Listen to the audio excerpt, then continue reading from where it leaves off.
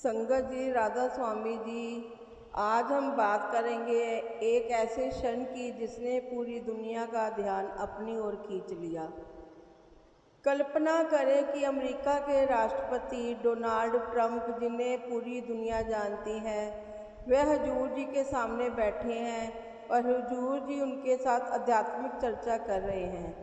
जी हाँ, ये कोई काल्पनिक कहानी नहीं बल्कि एक सच्चाई है जो कल 4 जुलाई 2025 को अमेरिका के पेटलुमा में घटी। इस मुलाकात ने पूरे आध्यात्मिक जगत में हलचल मचा दी है। ट्रंप को तो ये तक बोलना पड़ा कि मुझे ब्यास जाना है। जी हाँ, इस मुलाकात में और क्या क्या बातें हुई वह तो मैं आपको बताएंगे। इसके अलावा हुजूर ने अमेरिका की संगत के साथ जो सवाल जवाब किए वे हैरान कर देने वाले थे। मैं ऐसा क्यों कह रही हूँ, ये आपको जैसे जैसे वीडियो में आगे बढ़ेंगे आपको खुद समझ आने लगेगा। संगत जी, आगे बढ़ने से पहले एक बार कमेंट सेक्शन में जाइए और एक प्यार भरा राधा स्वामी जी ज़रूर लिख दीजिए। जब मैं आपकी यह लिखा राधा स्वामी वाला कमेंट देखती हूँ तो चेहरे पर एक मुस्कान सी आ जाती है जी।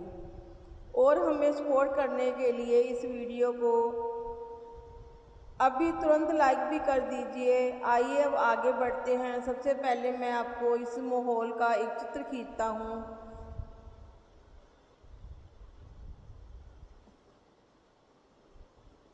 इस माहौल का एक चित्र खींचती हूँ। पेटलुमा, अमेरिका, 4 जुलाई 2025। चारों तरफ सत्संग का माहौल था। लगभग 300 साधक वहाँ मौजूद थे जिनके दिलों में हुजूर जी के प्रति असीम श्रद्धा थी। लेकिन इस बार का सत्संग कुछ अलग था, क्योंकि इस बार वहाँ मौजूद थे अमेरिका के राष्ट्रपति डोनाल्ड ट्रंप। जी हाँ, वही ट्रंप जो अपने बेबाक अंदाज और नेतृत्व किए जाने के लिए जाने जाते हैं। लेकिन यहाँ वह एक साधारण साधक की तरह बैठे हैं, हुजूर जी के सामने उनके मार्गदर्शन की तलाश में। क्या आप सोच सकते हैं कि एक विश्व नेता जिसके पास सारी सुख सुविधाएं हैं, वह क्यों अध्यात्मिकता की तलाश में हुजूर जी के पास गया? ये सवाल ही हमें इस गहराई तक ले जाता है जो इस वीडियो को इतना खास बनाता है। पेटलुमा में यह सत्संग करीब 1.5 घंटे तक चला। हुजूर जी ने न सिर्फ साधकों के सवालों के जवाब दिए बल्कि राष्ट्रपति ट्रंप के साथ भी गहरी आध्यात्मिक चर्चा की। और सबसे हैरान करने वाली बात, ट्रंप ने कहा मुझे ब्यास जाना है। जी हाँ, आपने यही सुना। एक व्यक्ति जो दुनिया की सबसे ताकतवर कुर्सी पर बैठ चुका है, वह डेरा ब्यास की उस पवित्र भूमि की ओर आकर्षित हो रहा है जहाँ सतगुरु की कृपा कर आत्मा को शांति दी जाती है। लेकिन ऐसा क्या हुआ इस मुलाकात में कि ट्रंप ने यह बात कही? आइए इस मुलाकात की हर परत को खोलते हैं और उन गहरे सवालों और जवाबों को समझते हैं जो इस सत्संग में सामने आए हैं। सत्संग शुरू होता है। हुजूर जी मंच पर विराजमान थे। उनकी आंखों में वही करुणा और प्रेम था जो हर साधक के दिल को छू लेता है। सामने साधकों की भीड़ थी। उनके बीच में बैठे थे डोनाल्ड ट्रंप। सत्संग का माहौल इतना शांत और पवित्र था कि हर कोई हुजूर जी के एक एक शब्द को आत्मसात करने को बेताब था। लेकिन इस बार साधकों के मन में एक अजीब सी बेचैनी थी, क्योंकि बाबा जी जो हमेशा उनके साथ होते थे इस बार इंग्लैंड में थे।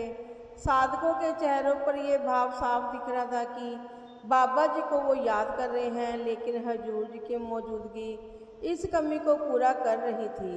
हुजूर जी ने कुछ देर सत्संग किया, फिर उसके बाद सवाल जवाब का कार्यक्रम शुरू किया जो कुछ इस प्रकार है। पहला सवाल एक महिला साधक ने पूछा। वह थोड़ी भावुक थी और उसकी आवाज़ में दर्द साफ झलक रहा था। उन्होंने कहा, हुजूर जी, मेरी एक सहेली की माँ का देहांत हो गया। वह बहुत दुखी है और बार बार पूछती है कि भगवान ने उसकी माँ को क्यों छीन लिया। मैं उसे क्या जवाब दूँ? हुजूर जी ने बड़े ही प्रेम से उनकी ओर देखा और कहा, बेटी, जब कोई अपना हमें छोड़कर जाता है तो दुख होना स्वाभाविक है, लेकिन हमें ये समझना होगा कि आत्मा अमर है। शरीर तो केवल एक वस्त्र है जो समय के साथ बदल जाता है। तुम्हारी सहेली की माँ अब भी है, बस वह उस पर्दे के पीछे है जो हमारी आंखों से नहीं दिखता। जैसे एक बच्चा स्कूल से घर लौटता है, वैसे ही आत्मा अपनी असली घर आत्मा के पास लौट जाती है।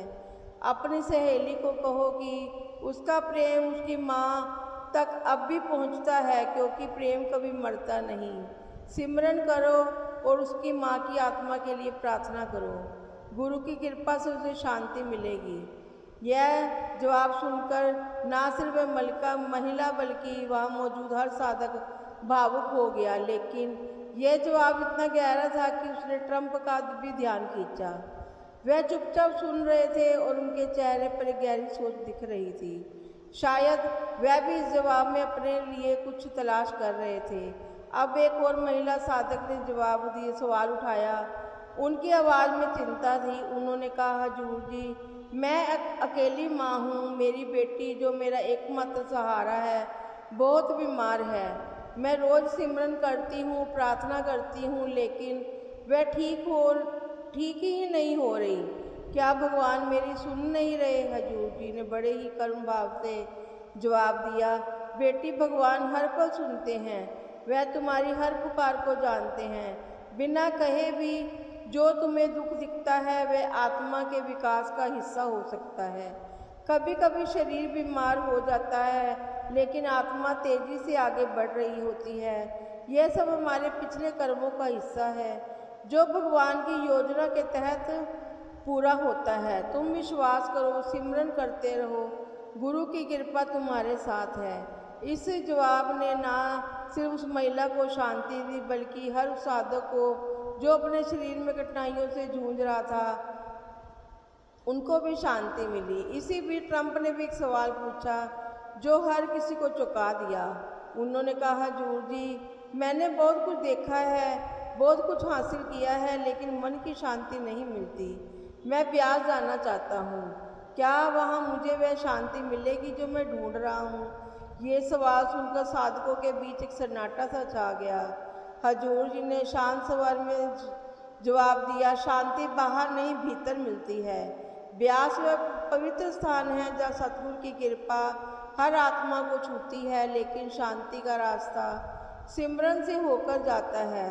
तुम ब्यास आओ, गुरु के दर्शन करो, लेकिन असली यात्रा तुम्हारे भीतर शुरू होगी। रोज थोड़ा थोड़ा सिमरन करो, गुरु का नाम लो और तुम्हें वह शांति जरूर मिलेगी।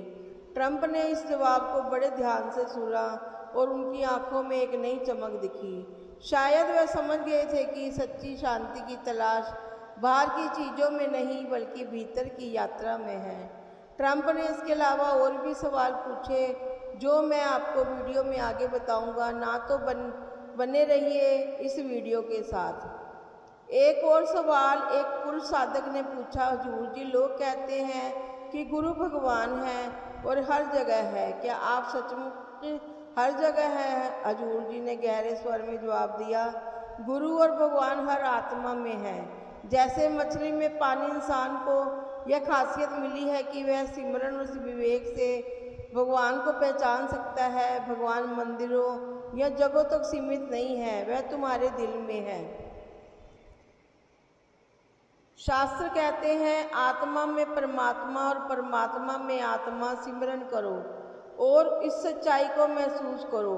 इस सवाल जवाब ने साधकों को यह एहसास दिलाया कि भगवान कहीं बाहर नहीं, बल्कि उनके भीतर